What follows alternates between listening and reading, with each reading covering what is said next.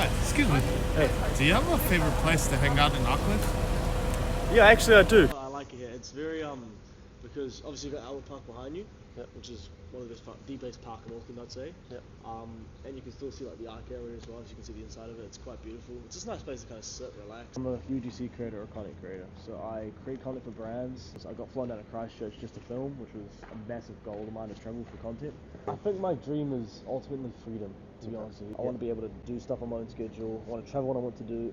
Like when I have kids and I'm older, when I have a family, I know that daddy's available, works his own schedule. So my ultimate goal is freedom. What would you say has been the hardest part, or like a low point of content creation where you might have just wanted to stop? I've had honestly, bro, I've had so many of those in my content creation journey. Like I tried doing like a million things at once. I was burnt out and was pretty depressed for like a week and a half, and that was pretty bad. All you have to do really is pick up a camera and start filming. But the thing is, so many people just can't do that because the mental block that it has, like they're scared of being judged, they're scared of what their friends or their family might think of them, and there's a lot of things that they're worried about when they get out there in public. But once you overcome the fear of that, bro, like you can do anything.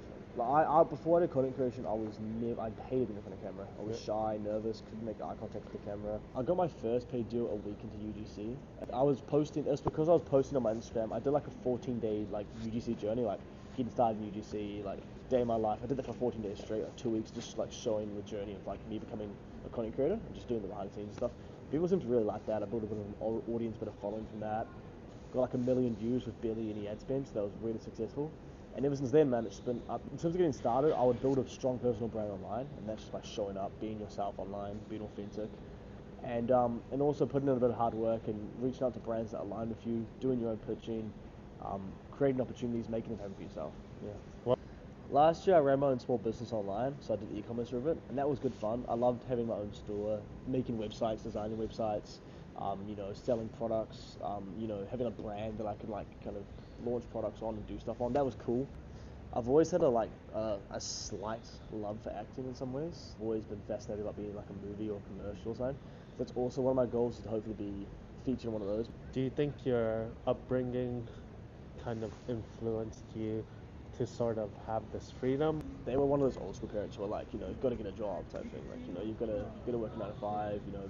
Going out on your own is too much of a risk and it's not secure. And I somewhat listened to them. Like I am at university getting a degree, and that's gonna be like more my safety net in case like I try to take a risk, shit fails, I've got a degree to fall back on. What do you think is your reason to live right now? It's just to be the best version I can be, because I'm not a perfect human being. Like I look successful online, but not everyone's perfect, you know. I mean, we all have flaws, and I'm not trying to be perfect, but every day I wake up and I try to be a better version of myself. So is there a certain legacy that you want to leave behind? I've been over in New York City, or New York, sorry, upstate New York, at a boys camp for underprivileged boys from the age of 8 to 16. And I love going there for the entire summer because you genuinely change boys' lives. Like these boys come in and they're quite shy, nervous, they don't want to be at a camp for like 30 days and they're quite scared. By the end of it, they come out like, strong, confident guys. And you're with these kids for 30 days, you get to know them on a personal level. I've changed like so many kids' lives at that camp and like being really impactful in their life, and that just kind of fulfills me. So I want to do more of that. And I say to myself, if I can at least change just one person's life completely, then it's a success story. What's one piece of advice? I say it all the time. It's one of my favorite quotes. If you mess up one time, it's a mistake. If you mess up twice, it's failure. When you're on a journey like that and you mess up once, it happens. Like it's life. Life gets in the way. Something's going to happen eventually. You're going to mess up a day.